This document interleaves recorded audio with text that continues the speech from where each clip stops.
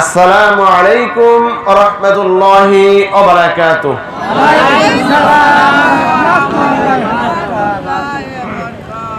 আমরা সর্বপ্রথম একটা সুন্নত আমল দিয়ে আজকের মাহফিলটা শুরু করতে চাই, কি বলেন? ইনশাআল্লাহ। কিসের আমল? সুন্নাতের আমল। কারণ আল্লাহ রাসূল সাল্লাল্লাহু আলাইহি ওয়াসাল্লাম বলেন, মান আহাব্বা সুন্নতি ফাকাদ আহাব্বানি ওয়া মান আহাব্বানি কানা মাই ফিল জান্নাহ। বলেন সুবহানাল্লাহ। আল্লাহ রাসূল সাল্লাল্লাহু আলাইহি ওয়াসাল্লাম বলেন, যে আমার সুন্নতকে মহব্বত করলো, যে আমার সুন্নতকে ভালোবাসলো, আমি রাসূলের সঙ্গে তার জান্নাতে এমন অবস্থা থাকবে। আল্লাহ রাসূল সাল্লাল্লাহু আলাইহি ওয়াসাল্লাম তিনি দুইটি আঙ্গুল দেখাইছেন। কয়টি আঙ্গুল? কারণ এই দুইটা আঙ্গুল পাশাপাশি কিনা? এই দুইটা আঙ্গুল পাশাপাশি। আল্লাহ রাসূল সাল্লাল্লাহু আলাইহি ওয়াসাল্লাম বলেন যে তার সঙ্গে আমার উম্মতের সঙ্গে আমি এই দুইটা আঙ্গুল যেমনি ভাবে পাশাপাশি, যে উম্মত আমার সুন্নতকে মহব্বত করবে, সুন্নতের ইতাআত করবে, সুন্নতকে ভালোবাসবে, আমি রাসূল তার সঙ্গে এইভাবে জান্নাত থাকবো। বলি না সুবহানাল্লাহ। তাহলে সেই জান্নাতে কি যাইতে চাই? কে কে যাইতে চাই? নারায়ে তাকবীর। নলবনিয়া পিসা হুজুর, আল্লাহ তাআলা কবুল করে সকালে বলে আমিন। তাহলে সেই জান্নাতে যাইতে হলে আমাদের এই দুনিয়া থেকে কি কিছু কাজ করার দরকার আছে কি নাই? আলোচনা কি খালি শুনবো না আমলের দরকার আছে? শুধু এক কান দিয়ে শুনলাম আর এক কান দিয়ে বার করে দিলাম চলবে? আলোচনা যা শুনবো তা কিসের নিয়তে শুনতে হবে? কিসের নিয়তে শুনতে হবে? একটা ছোট্ট একটা কাহিনী বলতে হয় যে দাদা আর নাতি দুইজনে গেছে মাহফিল শোনার জন্য।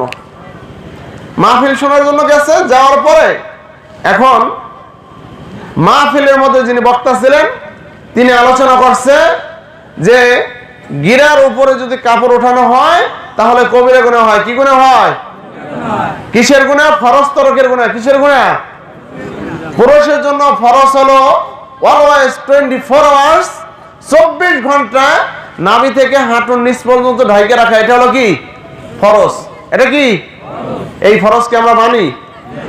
এই ফরজ আমরা কিছু সময় মানি, আবার মাঝে মাঝে ইরিদান লাগানোর সময় তখন আর আমাদের এই ফরজের কোনো খবর থাকে না। কিন্তু একজন মুসলমানের জন্য 24 আওয়ার, 24 ঘন্টা তার নাভি থেকে শুরু করে হাঁটুর নিচ পর্যন্ত কি করতে হবে? ঢেকে রাখতে হবে। এই আমল কি আমরা করতে পারবো ইনশাআল্লাহ? যদি আপনি করেন তাহলে আপনি সব সময়ের জন্য ফরজের মধ্যে থাকবেন। কথা বলেন ঠিক কিনা? আরেকটা ফরজ আছে, তাহলে সর্বসময় ইমানি হালতে থাকা। কি করা? সর্বসময়, সব সময়ের জন্য কি হালতে থাকা? ইমানি হালতে থাকা। এটাও ফরজ। তাহলে বক্তা সাহেব ওয়াজ করছেন কি যে হাঁটুর উপরে যদি কেউ কাপড় ওঠায় তাহলে কি হবে? ফরজ তরকের গুনাহ হবে। দাদা নাতি দুইজনে মাহফিলে শুনছে, শোনার পরে মাহফিল শেষ হয়েছে। রাত্রি বেলায় এই নলবনিয়া পিসা হুজুরের বাড়িতে যেমন মাহফিল শেষে সকলকে তাবারক দেওয়া হবে, হবে না?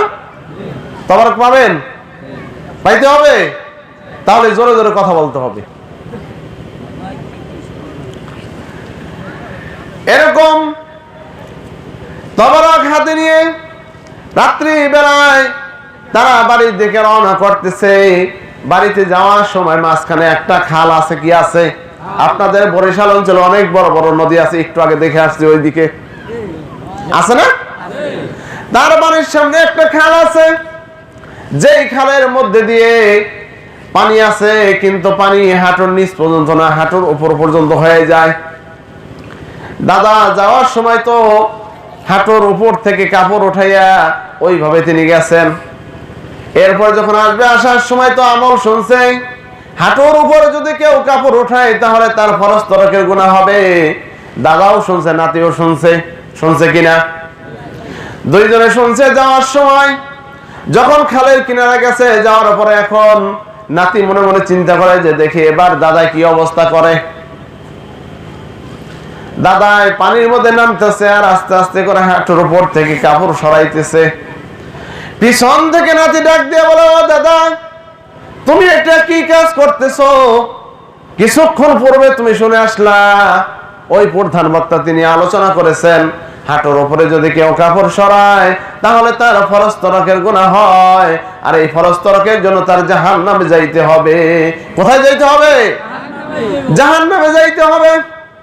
ও মুসলমান, আমরা তো আলোচনা এক কান দিয়ে শুনি, আরেক কান দিয়ে বাহির করে দেই।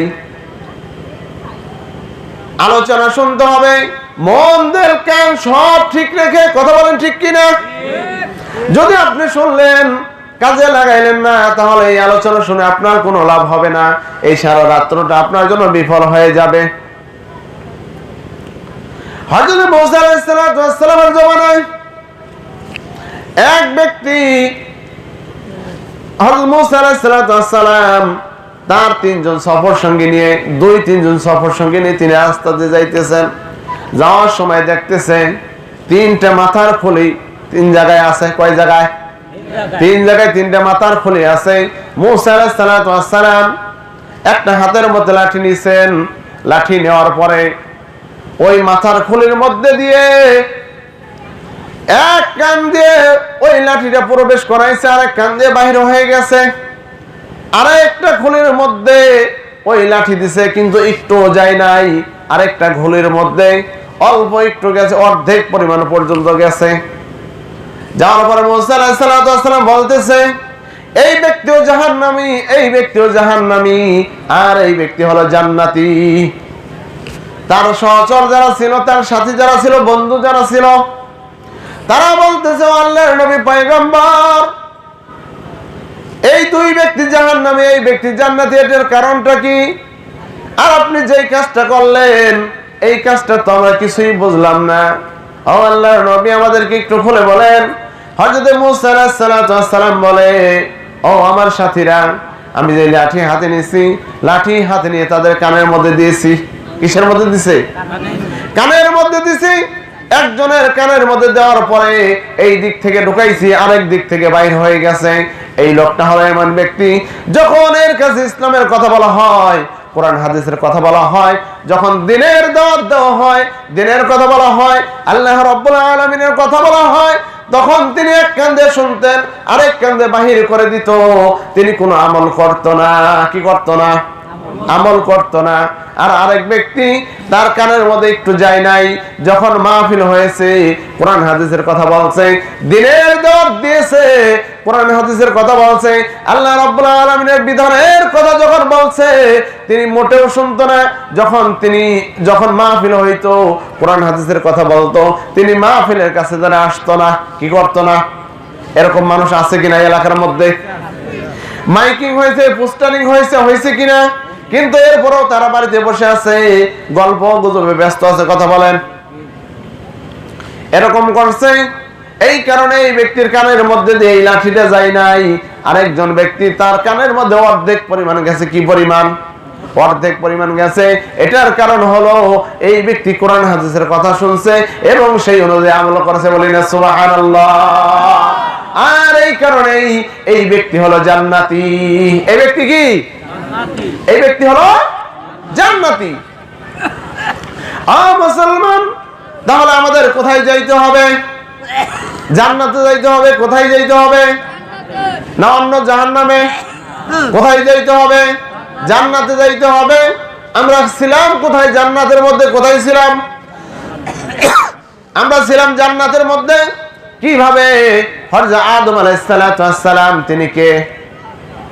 আদম আলাইহিস সালাম কে? তিনি আমাদের আদি পিতা। আমাদের আদি পিতার নাম কি? হযরত আদম আলাইহিস সালাম। তিনি হলেন আমাদের আদি পিতা।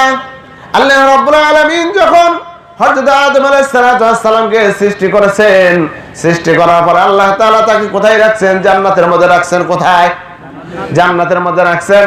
তাহলে ও মুসলমান, আপনার বাড়ি এই নলবনি এলাকায়, আপনার বাবার বাড়ি নলবনি এলাকায়, কিন্তু আপনাকে আল্লাহ রাব্বুল আলামিন অনেক ধন সম্পদ, টাকা পয়সা দিয়েছে, অনেক টাকা পয়সা আপনার হয়েছে, কিন্তু আপনি এখন ঢাকা শহরে গিয়ে 2টা বাড়ি করেছেন, বরিশাল শহরের মধ্যে যায় 2টা বাড়ি করেছেন। এখন ঢাকা শহরের মানুষ যদি আপনাকে জিজ্ঞেস করে, ও ভাই আপনার বাড়ি কোথায়? আপনি বলবেন ঢাকা শহরে। বলবেন? আপনি বলবেন আমার বাড়ি বরিশাল মেহেন্দিগঞ্জে নলবনিয়ায়। কথা বলেন ঠিক কিনা? ঠিক তদ্রুপ এরকম আমাদের আদি পিতা হযরত আদম আলাইহিস সালাম, তিনি আমাদের পিতা, তিনি জান্নাতের মধ্যে ছিলেন, আমরা তার সন্তান, আমরাও কিন্তু ওই জান্নাতে যাব। কথা বলেন ঠিক কিনা? মুসলমান, যে এই কথাটা বলতেছিলাম, দাদা নাতি দুইজনে বাড়ি যাইতেছে মাহফিল শেষ করে। দাদা তো হাঁটুর উপর থেকে কাপড় উঠাইতেছে, নাতি পিছন থেকে ডাক দিয়ে বলতেছে, ও দাদা, একটু আগেই তো আলোচনা শুনে আসছো যে হাঁটুর উপরে যদি কাপড় ওঠাও তাহলে তোমার ফরজ তরকের গুনাহ হবে, কবিরা গুনাহ হবে। কি গুনাহ? কবিরা গুনাহ হবে। দাদা চলে যাইতেছে, নাতি তার কাপড় ভিজে বাড়ি চলে যাইতেছে। আর দাদা বলতেছে, ও নাতি, তুমি বড় পাকনা হয়ে গেছো, তুমি তো হয়েছো, তোমার বাবার জন্ম হওয়ার পূর্বে থেকে আমি মাহফিল শুনি, কোরআন হাদিসের কথা শুনি, কোনদিন আমি আলোচনা এই খালের এপারে নিলাম না। আর আজকে তুমি একদিন মাহফিল শুনতে যায় তুমি আজকে খালের এপারে মাহফিল নিয়ে যাইতেছো। বলেন নাউজুবিল্লাহ। বুঝেন নাই কথাটা কি বলছে? যে দাদা দীর্ঘদিন ধরে মাহফিল শুনে কিন্তু কোনোদিন কি করে নাই, বাড়িতেও আলোচনা নেই নাই। আজকে নাতি একদিন যাই কি করছে, আমলে পরিণত করছে। তাহলে আমাদের আমল করতে হবে। কি করতে হবে? আমল করতে হবে। কারণ আর দুনিয়া ও মাজরাতুল আখিরাহ, দুনিয়াটা হলো আখিরাত।